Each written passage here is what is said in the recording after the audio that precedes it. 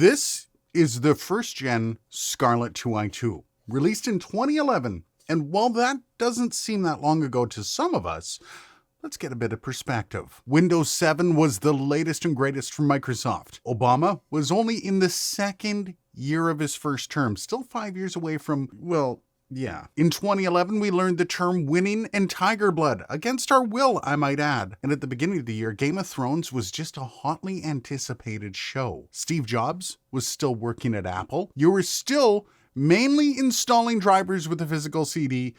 And well, the SCARLETT 2i2 was introduced. And it did kind of change the audio world. But why was this thing so impactful? Well, back in 2010, there were still options, but if you actually wanted something under $400, you were pretty limited. And what made it worse was that most were over FireWire or were internal cards for your computer.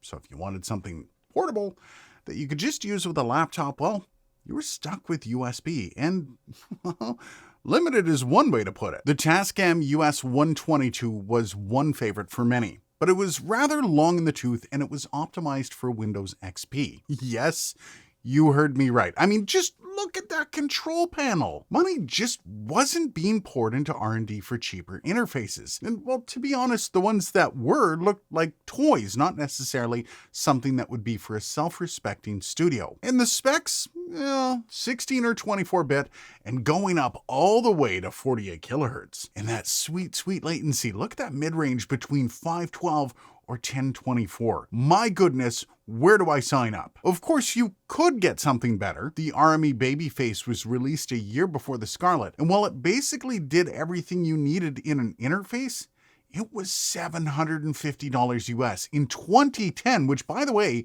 translates to over $1,000 now.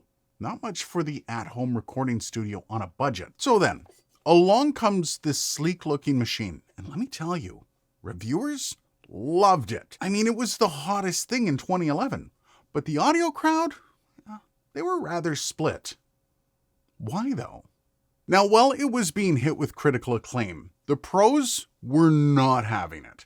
It was still being called decent, but no self-respecting studio would have one. You know, I mean, come on. A 96 kilohertz limit, please. The inability to drive high impedance headphones, sacrilege. And don't get me wrong, it wasn't everyone, but there was a bit of a class struggle here.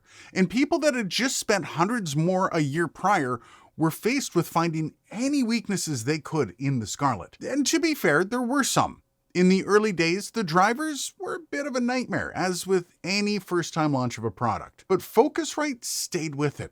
And soon enough, they did make it right. Now, I should also mention, by today's standards, one can easily find an issue or two when looking at this interface. But for the time, I mean, was it really that bad? And even now, I mean, is it that antiquated that you wouldn't be able to use it? Well, let's find out. Let's take a walk around each unit to see how much the 2i2 has changed. The footprint, for starters, is completely different, with the newer one taking even less desk space.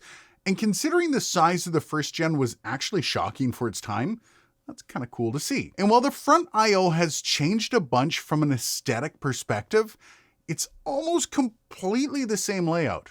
Only this air button is the one extra feature. Now, when you move around to the back, there is another big, massive difference here. USB-B was considered the chonky USB comparison to FireWire. Now, I will have to admit, it was much more stable than the USB Mini at the time, but the USB-C on the third gen, ooh, so nice. Also, a fair tip of the hat to SCARLETT for making sure they at least had USB 2.0 on the first gen. At the time, that was not a foregone conclusion. Now, the specs are an interesting look as to how far the 2i2 has come in almost 12 years. Now, first gen, we'll do that first. It's 20 Hz to 20 kilohertz. Sample rate up to 96 kilohertz. Interestingly though, no bit depth advertised. It had a whopping 50 dB of gain, dynamic range of 106 dB A-weighted, and an EIN of neg 126 dB A-weighted. Third gen boasts 20 Hz to 20 kilohertz, up to 24-bit and 196 kilohertz, 56 dB of gain, a dynamic range of 111 dB A-weighted, and an EIN of neg 128 dB A-weighted. So what we're going to do here is we're going to test both interfaces with the SM7B to see what noise levels were like and how they compare to now. So each interface will be recorded with the gain set at 9, 12, 3, and full blast, one after the other. This is going to be interesting. This is the first gen Focusrite SCARLETT 2i2 with the gain set at 3 o'clock. This is the third gen Focusrite SCARLETT 2i2 with an SM7B and the gain at 9. This is the first gen Focusrite SCARLETT 2i2 with the gain set to 12. Now we have the third gen Focusrite SCARLETT 2i2 with an SM7B and the gain at 12. This is the first gen Focusrite SCARLETT 2i2 with the gain set to 3. Now we have the third gen SCARLETT 2i2 with an SM7B and the gain set at 3. And this is the first gen Focusrite SCARLETT 2i2 with the gain full blast. And finally, this is the third gen SCARLETT 2i2 with the gain fully maxed. And this is what it sounds like.